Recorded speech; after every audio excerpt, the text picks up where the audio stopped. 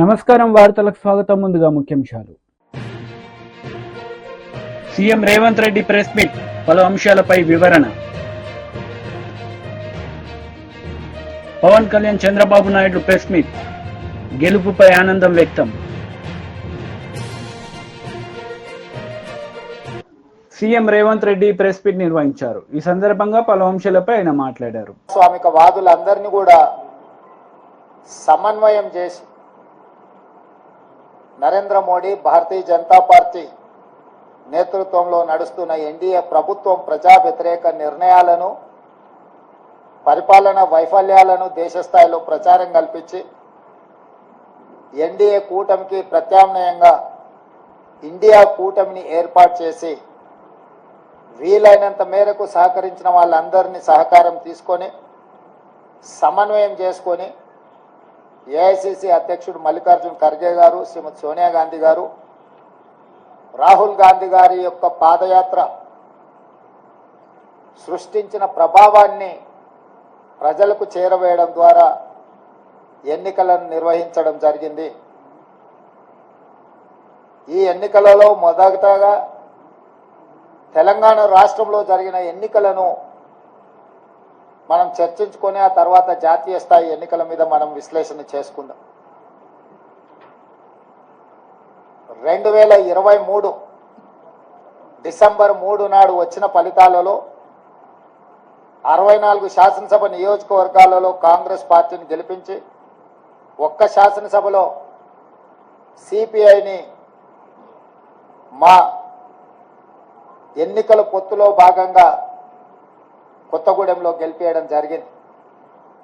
తెలంగాణ రాష్ట్రంలో 65 శాసనసభ నియోజకవర్గాలలో 39.5% ఓట్లను వేయడం ద్వారా కాంగ్రెస్ ప్రభుత్వాన్ని, ప్రజాపాలనకు తెలంగాణ ప్రజలు ఆమోదం ఇచ్చిండ్రు.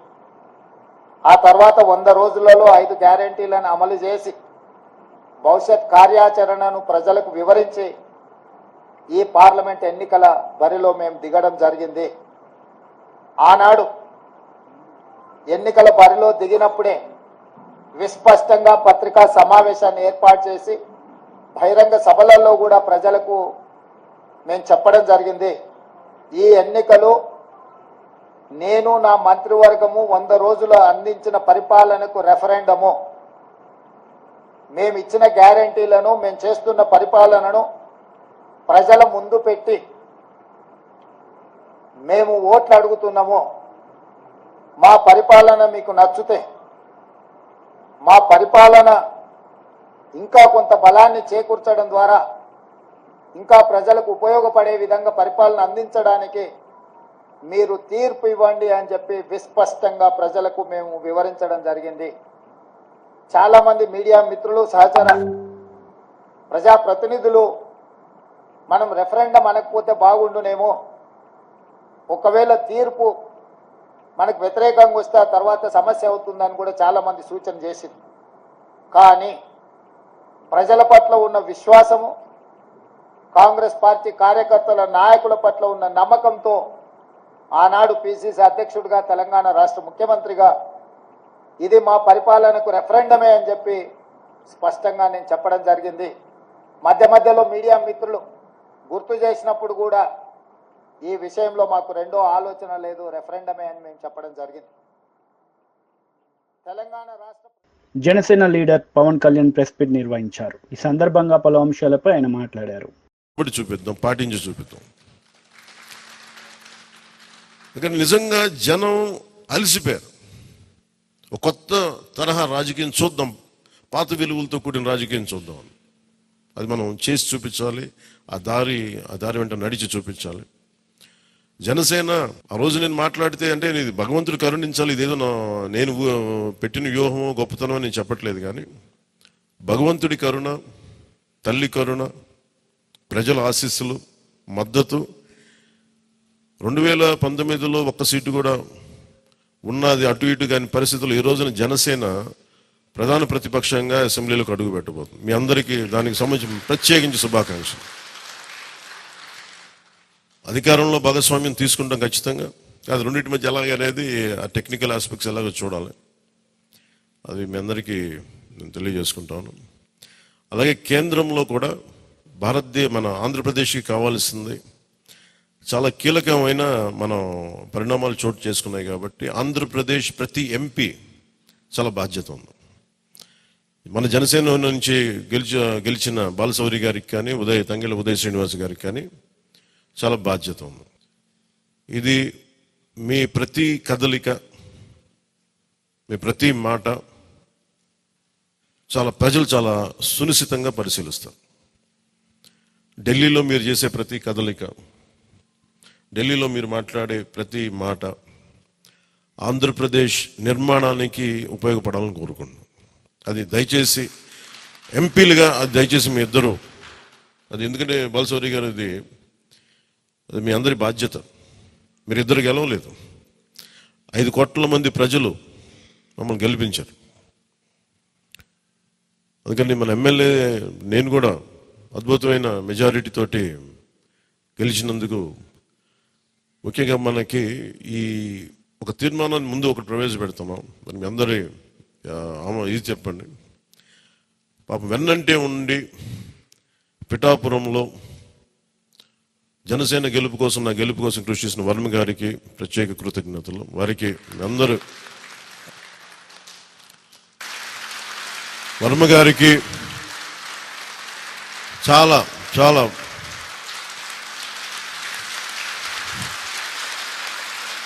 వర్మ గారా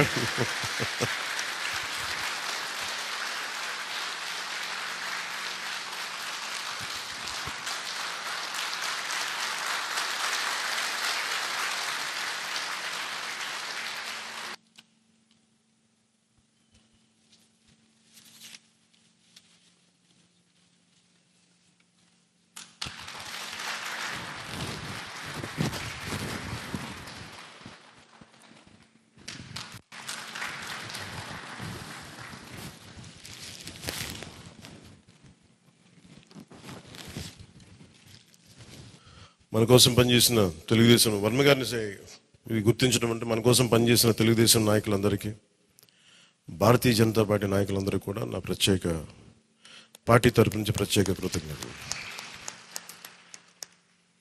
అలాగే జన సైనికులకి ప్రత్యేకించి మీరు పడ్డ శ్రమ, కృషి మేము మర్చిపోలేం. మమ్మల్ని గుండెల్లో పెట్టి చూసుకుంటాం. మీ భవిష్యత్తు కానీ మీ బాధ్యత మీకు ఎలా ఉండాలనేది మేము గుండెలో పెట్టి చూసుకుంటాం. అలాగే మా ఆడపడుచులకి, వీర మహిళలకి, యువతులకి జనసేన కోసం మీరు పడ్డ శ్రమ మేము మర్చిపోలేం. మీ అందరికీ కూడా నా ప్రత్యేక ధన్యవాదాలు, కృతజ్ఞతలు. మీ శ్రమని, మీరు చేసిన ఈ కృషిని మేము మర్చిపోం. మీ ఆశయాలని మీరు దేనికోసం పనిచేస్తారంటే ముందంటే తీసుకెళ్తాం. ఈ జనసేన కార్యాలయం ఇంకొద్ది రోజుల్లో ఫుల్ ఫ్లెడ్జ్డ్ ఫంక్షనింగ్ ఆఫీస్ అవబోతుంది, రెడీ అవబోతా ఉన్నది. మనకి రాష్ట్రంలో ఈ నలుమూలలు ఎవరు వచ్చినా కానీ దానికి టీడీపీ అధినేత నారా చంద్రబాబు నాయుడు మీడియా సమావేశం నిర్వహించారు. ఈ సందర్భంగా పలు అంశాలపై ఆయన మాట్లాడారు. 6% పడ్డాయి, వైసీపీకి 39.37% పడ్డాయి. ఇది ఊహించినటువంటి ఒక్కొక్కసారి 95,000 మెజారిటీ. ఒకప్పుడు నేను చార్మినార్ ఎగ్జాంపుల్ చెప్పేవాడిని. చార్మినార్ అంటే అక్కడ ఎంఐఎం కంచుకోట, అక్కడ ఎప్పుడు ఎక్కువ ఓట్లు వచ్చేటివి. ఆ తర్వాత కుప్పం, సిద్దిపేట పోటీ పడేటి రెండో స్థానానికి. అప్పుడు కూడా 70,000, 80,000, 50,000 ఆగిపోయేవాళ్ళం. ఈసారి 95,000, 94,000, మళ్ళా 92,000, 91,000. మంగళగిరి లాంటి కాన్స్టిట్యున్సీ 91,000 మెజారిటీ. ఏ విధంగా అభివర్ణించాలో నాకైతే అర్థం కాదనమాట. అంత ఇదెళ్లిపోయినాయి. ఇవన్నీ చూసిన తర్వాత ప్రజలు ఇచ్చిన తీర్పు మీరు చూస్తే అహంకారం, నియంతృత్వం, విచ్చలవిడితనం, ఏదంటే అది చేస్తాననుకుంటే ప్రజలు క్షమించే పరిస్థితులు లేరు. అదే ఈరోజు నిరూపించే పరిస్థితికి వచ్చారు. ఒక మాటలో చెప్పాలంటే ఈసారి వీళ్ళు చేసింది గుణపాఠం పాలకులకు కాదు, అవినీతి అహంకారంతో ముందుకు పోయే ఎలాంటి ధ్వంసకారులకైనా ఇదే జరుగుతుందని నిరూపించారు ప్రజలు. దానికి మనస్ఫూర్తిగా అభినందిస్తున్నా. అదే సమయంలో 5 సంవత్సరాలు మా కార్యకర్తలు పడిన ఇబ్బందులు, చాలా మంది స్లీప్లెస్ నైట్స్, కంటి నిండా నిద్రపోని పరిస్థితి. అక్కడి నుంచి నేను చూస్తే చాలా కడాన మనిషిని హింస పెడుతూ, నువ్వు ప్రాణంతో బతకాలంటే జై జగన్ అనమంటే జై తెలుగుదేశం, జై చంద్రబాబుని ప్రాణాలు వదిలిన సందర్భం చంద్రయ్య. ఇది తలుచుకుంటే ఆ కమిట్మెంటే, ఆ త్యాగాల ఫలితమే ఈరోజు ప్రజాస్వామ్యాన్ని కాపాడుకోగలిగాం. ఒక్క మా కార్యకర్తలకే కాదు, మీడియా 5 ఏళ్లు మీరు పడిన ఇబ్బందులు, మీరు కోర్టుల చుట్టూరు తిరిగిన ఇది, మిమ్మల్ని సిబిసిఐడి ఆఫీసులో పెట్టి వేధించిన విధానం, అవి తలుచుకుంటే ప్రజాస్వామ్యమే సిగ్గుతో తలంచుకోవాలి. అలాంటి సంఘటనలు జరిగాయి. మేనేజ్మెంట్ని ఒకరినని కాదు, ఎవరినైనా పట్టుకురావచ్చు, ఏదైనా చేయొచ్చు అనే ధీమా వచ్చేసి ఇష్టానుసారంగా ప్రవర్తించే పరిస్థితికి వచ్చారు. అదే సమయంలో ప్రజల మీద, మా పార్టీ మీద సరే, ఈవెన్ జనసేన పవన్ కళ్యాణ్, ఆయనకు కూడా స్వేచ్ఛ లేదు. ఎక్కడైనా సరే విశాఖపట్నానికి వెళితే ఉన్న పళంగా విశాఖపట్నం నుంచి వెకేట్ చేయాలని తిరిగి, అంటే నగర బహిష్కరణ. ఒక నాయకుడిని నగర బహిష్కరణ చేస్తే కారణం చెప్పకుండా ఇంకా వేరే వాళ్ళ కథ ఏముంటుందో మనం ఆలోచించుకోవాల్సిన అవసరం ఉంది. కేసులు పెడితే ఎందుకు? BJP leader Raghunandan Rao press meet నిర్వహించారు. ఈ సందర్భంగా పలు అంశాలపై ఆయన మాట్లాడారు. అడుగు పిలువు, మీటింగ్ పెట్టి రేపు ప్రగతి భవన్లో వస్తా, సెక్రటరియట్కి పిలువు, సమీక్ష పెట్టి వస్తా. నా టెలిఫోన్ అఫీషియల్ నెంబర్ నుంచి నేను పోలీసు వాళ్ళని బతిలాడినా, బెదిరించిన, సార్ పైసలు వంచుతూరు వచ్చి పట్టుకోమని చెప్పి. గది చేతగాలేదు నీకు, కానీ నువ్వు వచ్చి కథలు చెప్తా ఉన్నావు. రేపు వాళ్ళ ప్రియ మిత్రుడు హరీష్ రావు గారిని సిద్దిపేటలో కూడా ఓడగొట్టేది భారతీయ జనతా పార్టీ కాబట్టి ఇప్పటి నుంచే ఏదో ఒక రకంగా హరీష్ని కాపాడుతందుకు శుద్ధులేస్తా ఉన్నాడు. లేకపోతే ఎందుకు పట్టుకుంటలేవు? కేసీఆర్ని ఎందుకు పట్టుకుంటలేవు? రాధాకిషన్ రావు చెప్పిండు కదా, క్రిస్టల్ క్లియర్గా చెప్పిండు కదా, నేను పోయి నీకు చేత కాకపోతే, నీ పోలీసు వాళ్ళకి తెలియకపోతే, రఘునందన్ అనే నేను వకీల్గా చెప్తున్నా, నా 30 సంవత్సరాల ప్రాక్టీస్లో చెప్తున్నా అని డీసీపీ రాధాకిషన్ రావు స్టేట్మెంట్ చదివి వినిపించిన, కాపీ ఇచ్చిన, ఏసీపీ భుజంగరావు స్టేట్మెంట్ చదివి వినిపించిన, అండర్లైన్ చేసి చెప్పిన ఎక్కడ వాళ్ళు చెప్పిన అనేటువంటి విషయం. అదే రకంగా సిఐ సాయి కిరణ్ ఏం చెప్పిండో చెప్పిన. వెంకట్రామరెడ్డికి వ్యతిరేకంగా ఇన్ని సాక్ష్యాధారాలను తీసుకొచ్చి నేను ఎన్నికలకు 10 రోజుల ముందు మీ డీజీ గారికి ఇస్తే ఎందుకు అరెస్ట్ చేయలే వెంకట్రామరెడ్డిని? అచ్చా, పొంగులేటి శ్రీనివాసరెడ్డికి వియ్యంకుడని అరెస్ట్ చేయలేదా? లేకపోతే గెలిచినాక వెంకట్రామరెడ్డి గారు, హరీష్ గారు, మిగతా మా మెదక్ జిల్లాలో ఉన్న బీఆర్ఎస్ ఎమ్మెల్యేలు అందరూ కలిసి మీ పార్టీలకు వస్తారని చెప్పి ఏమన్నా ఫ్లైట్లో ఒప్పందం చేసుకున్నా రేవంత్ రెడ్డి గారు? నాకైతే గంతే అనిపిస్తుంది. అందుకనే మీరు ఆ రకంగా పనిచేసిరేమో అని నేను అనుకుంటా ఉన్నా. అందుకని రేవంత్ రెడ్డి గారు మెదక్ పార్లమెంట్ గురించి కానీ రఘునందన్ గురించి కానీ మాట్లాడేటప్పుడు ఒక్క అక్షరం, ఒక ఏళ్ళు నాదికి చూపిస్తే మిస్టర్ రేవంత్ రెడ్డి 4 ఏళ్ళు నేను చూపెడతాయి. రఘునందన్ రావు జై తెలంగాణ అన్నోడు, రఘునందన్ రావు రోడ్లు ఎక్కినోడు, రఘునందన్ రావు పోలీసులతోటి కలబడ్డోడు, కుస్తీ పట్టినోడు, ఆఖరికి ప్రతి చౌరస్తాలో ఈట్కా జవాబ్ పత్తర్ సే దేంగే అని చెప్పి వచ్చినాడు రఘునందన్. కాబట్టి నీలాంటి వాళ్ళకి ఎవడు భయపడ్డాడు కాదు. రఘునందన్ గురించి మాట్లాడాలంటే బాగా దగ్గర పెట్టుకో, ఒళ్ళు దగ్గర పెట్టుకొని మాట్లాడుకో. నేను చెప్పిన దాంట్లో ఏమైనా తప్పు ఉందని నువ్వు చెప్తే నేను నిరూపించడానికి సిద్ధంగా ఉన్నా. అరే 1200 ఓట్లలో పొంగనాలు కొట్టినావు, ఇంకా ఎమ్మెల్సీ మేనేజ్ చేసుకోవడం చేతగాలే. మాది నైతిక విజయం అంటాడు నీ మంత్రి ఒక ఆయన వచ్చి. ఓడిపోయినానికి నైతిక విజయం ఏముంటుంది? రాజకీయాల్లో జో జీతా ఓఈసీ కందరు, ఓడిపోయినోడు శుద్ధులు చెప్పుడేంది? ఏం చెప్తా ఉన్నారు మీరు ముచ్చట్లు? అందుకని మీరు ఒకసారి దయచేసి ఆలోచించుండ్రి, అర్థం చేసుకోండి ప్రజలారా. రేవంత్ రెడ్డి అనేట ఆయన నాకు చెప్పరాదా? మరి మహబూబాబాద్లో ఎట్లా గెలిచిరు మీరు? బీఆర్ఎస్ ఎంపీ లేదా మహబూబాబాద్లో? సిట్టింగ్ ఎంపీ ఎవరు? మహబూబాబాద్లో బీఆర్ఎస్ సిట్టింగ్ ఎంపీ నోడగొట్టుకొని, మీ మాలవతి కవిత గారు నోడగొట్టుకొని, కేసీఆర్ గారు, హరీష్ రావు గారు మీకు ఓట్లు వేయించిరా? బలరాం నాయక్ గారిని గెలిపించిరా? ఖమ్మంలో మీ పొంగులేటి శ్రీనివాసరెడ్డి వియంకుని గెలిపించేందుకు ఈ పని చేసిరా?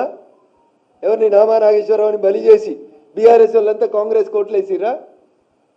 నేను మాట్లాడగలుగుతాను కదా, చాలా ఉన్నాయి కదా సాక్ష్యాలు, ఆధారాలు. 8 చోట్ల నువ్వు గెలిచినావు కదా, ఆ 8 చోట్లలో బీఆర్ఎస్ ఓట్ షిఫ్ట్ నీకు అయిందా? అదేనా హరీష్ రావుకి నీకు మధ్యలో ఉన్నటువంటి అగ్రిమెంటు? చంద్రశేఖరరావు అనేటువంటి బొందబెట్టి బీఆర్ఎస్ పార్టీని హస్తగతం చేసుకున్నందుకు, బీఆర్ఎస్కి 0 సీట్లు వచ్చేందుకు ప్రయత్నం చేస్తా అని అల్లుంతో నువ్వేమైనా అగ్రిమెంట్ చేసుకున్నావా? BJP leader Etela Rajender press meet నిర్వహించారు. ఈ సందర్భంగా పలు అంశాలపై ఆయన మాట్లాడారు. ఇప్పుడేమో ఈ దేశంలో పెద్ద పార్టీలు లేవు, స్వతంత్రాన్ని తెచ్చిన పార్టీగా ఛాంపియన్ పొంది ఇవాళ ఆ లెగసీలో భాగంగా కాంగ్రెస్ పార్టీకి నెహ్రూ గారు 1952, 57, 62 మూడోసారి కూడా వారు ఎన్నికయ్యారు. 64లో వారు ప్రమాణించారు. కానీ వాళ్ళ మోడీ గారికి ఏ లెగసీ లేకుండా సంకీర్ణ రాజకీయాలు దేశాన్ని నడుపుతున్నటువంటి ఈ రోజులల్లో, ఒక టర్మే ఉంటే ఇంకో టర్మ్కి ఇంకొక ప్రభుత్వాన్ని ఎన్నుకుంటున్న ఈ రోజులలో 10 ఏళ్ళు గడితే ముఖం మొత్తి ఇంకా వద్దుపో అంటున్న ఈ సందర్భంలో ఇవాళ 3వసారి ముచ్చటగా మళ్ళీ నరేంద్ర మోడీ గారి నాయకత్వంలో 296 సీట్లతో మేము మాతో పాటుగా 2 పార్ట్నర్స్ అలయన్స్ తోటి ఇవాళ మళ్ళీ 3వసారి ముచ్చటగా ప్రధానమంత్రి కాబోతున్నటువంటి సందర్భం మనం చూస్తూ ఉన్నాం. కాబట్టి ఇలా తెలంగాణ ప్రజానీకానికి ఏ నమ్మకం, ఏ విశ్వాసం మా మీద పెట్టుకున్నారో ఆ విశ్వాసాన్ని, ఆ నమ్మకాన్ని ఎక్కడ కూడా వమ్ము చేయకుండా అనునిత్యం మీకు అందుబాటులో ఉండి మాకు ఇచ్చినటువంటి ఈ పదవిని అలంకారం కోసం కాకుండా నోట్లో నాలుకలాగా ఉండి మీతో ఉండి మీ సమస్యల పరిష్కారంలో మమ్మల్ని ఎన్నుకున్న నియోజకవర్గాల అభివృద్ధిలో అబ్కీ బార్ 400 పార్, ఫిర్ ఏక్ బార్ మోడీ సర్కార్, ఈ 2 నినాదాలు ఇచ్చింది భారతీయ జనతా పార్టీ కాదు, మా నాయకులు కాదు. ఈ నినాదం ఇచ్చింది 10 సంవత్సరాలుగా నరేంద్ర మోడీ గారి పరిపాలన చూసిన తర్వాత నచ్చి మెచ్చి ప్రజలు ఇచ్చినటువంటి నినాదం అది, ప్రజలు ఇచ్చిన నినాదం అది. అయినా ఈ దేశంలో మళ్ళీ అధికారం రావాలంటే 272 సీట్లు కావాలి. మ్యాజిక్ ఫీవర్ మీకు తెలుసు. 272, ఇవాళ 296. ఇవాళ మీరు చూస్తున్నగా పక్క రాష్ట్రంలో 5 ఏళ్ళకి ఆగమైపోయింది. అంతకుముందు మన్మోహన్ సింగ్ గారు కూడా 10 ఏళ్ళు పాలించిండు, మళ్ళా దెబ్బ కొడితే ఇప్పటిదాకా లేవలే. మొదటిదాకా పాలించిన ఈ రాష్ట్రంలో పాలించిన కేసీఆర్ గారు కూడా 10 ఏళ్ళకి ఏమైందో మీకు చూసిండు. టీడీపీ లీడర్ మీడియా సమావేశం నిర్వహించారు. ఈ సందర్భంగా పలు అంశాలపై ఆయన మాట్లాడారు. డిసెంబర్కి పూర్తి చేస్తానని చెప్పావు, మరి పోలవరాన్ని ఎట్లా ముంచేశావు? ఈవేళ ప్రజలు ఇచ్చినటువంటి తీర్పు. ఆ రోజు ప్రతిపక్ష నాయకుడిగా అమరావతిని స్వాగతిస్తూ ఉన్న 30,000 ఎకరాలు పైబడి రాజధానికి ఉండాలని ఆ రోజు అసెంబ్లీలో చెప్పి, అధికారంలోకి వచ్చిన తర్వాత అమరావతి కాదు 3 ముక్కలని చెప్పి, ఏ 3 ముక్కలైనా ఒక్క ఇటుకు కూడా పెట్టలేనటువంటి నీ అసమర్థతకి నిన్న ప్రజలు ఇచ్చినటువంటి తీర్పు. అధికారంలోకి వచ్చినటువంటి వారం రోజుల్లోనే ప్రజావేదికను కోల్చడం ద్వారా ఏదైతే నీ అరాచకత్వాన్ని ఈ ఆంధ్రప్రదేశ్ రాష్ట్రంలో ప్రారంభించావో దాన్ని వ్యతిరేకిస్తూ ప్రజలిచ్చినటువంటి తీర్పు.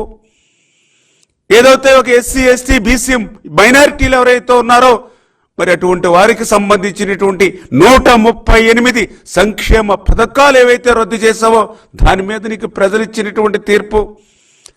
ఏదైతే రాజ్యాంగబద్ధంగా ఒక ఎస్సీ, బీసీ సప్లాన్ నిధులు ఏవైతే ఉన్నాయో వాటిని ఏ రకంగా అయితే నువ్వు దారి మళ్లించావో వాటి మీద ప్రజలు ఇచ్చినటువంటి తీర్పు. పేదవాడు 5 రూపాయలకి పట్టెడు అన్నం తినేటువంటి అన్నా క్యాంటీన్ని నువ్వు రద్దు చేసి పేదల కడుపు కొట్టావు. అది ప్రజలు ఇచ్చినటువంటి తీర్పు.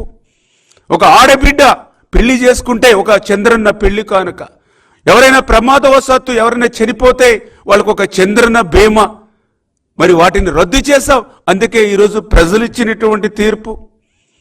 ఏదైతే ఈవేళ ప్రకృతి సహజ సిద్ధంగా వచ్చేటువంటి ఇసుకను కూడా నువ్వు ఈవేళ కొల్లగొట్టినటువంటి పరిస్థితి.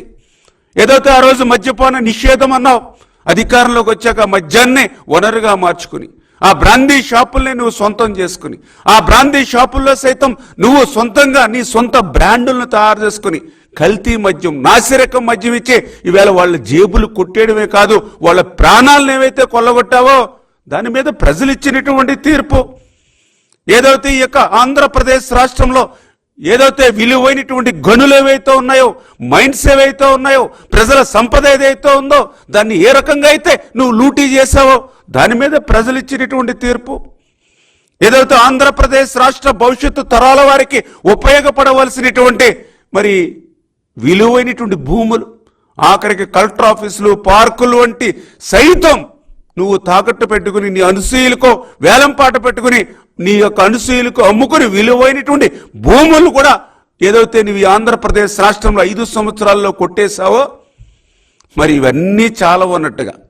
అంటే 5 సంవత్సరాల పరిపాలనలో ఈ ఇసుక, లిక్కరు, మైన్స్, ఏదైతే విలువైనటువంటి భూములు అంటే ప్రభుత్వానికి సంబంధించినటువంటి ఆస్తులన్నింటినీ కూడా కొల్లగొట్టేసి రేపు మళ్ళీ అధికారంలోకి వస్తే కొల్లగొట్టడానికి ప్రభుత్వ ఆస్తులు కూడా ఏమీ ఉండవనేటువంటి ఆలోచనతో వ్యక్తుల ఆస్తులు కూడా కొల్లగొట్టేయాలని ఏదైతే నువ్వు తీసుకొచ్చినటువంటి ల్యాండ్ టైటిలింగ్ యాక్ట్ ఏదైతే ఉందో దాని మీద ప్రజలు ఇచ్చినటువంటి తీర్పు.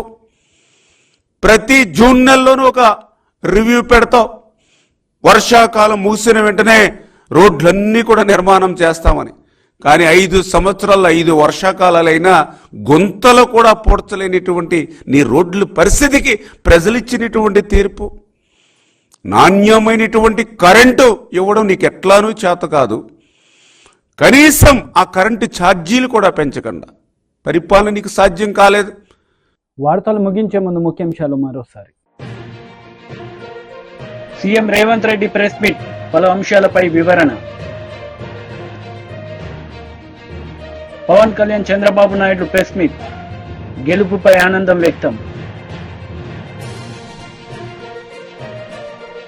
ఈ వార్తలు ఇంతటితో సమాప్తం. తిరిగి ప్రసారమయ్యే వార్తల్లో మళ్ళీ కలుద్దాం. అంతవరకు సెలవు. నమస్తే.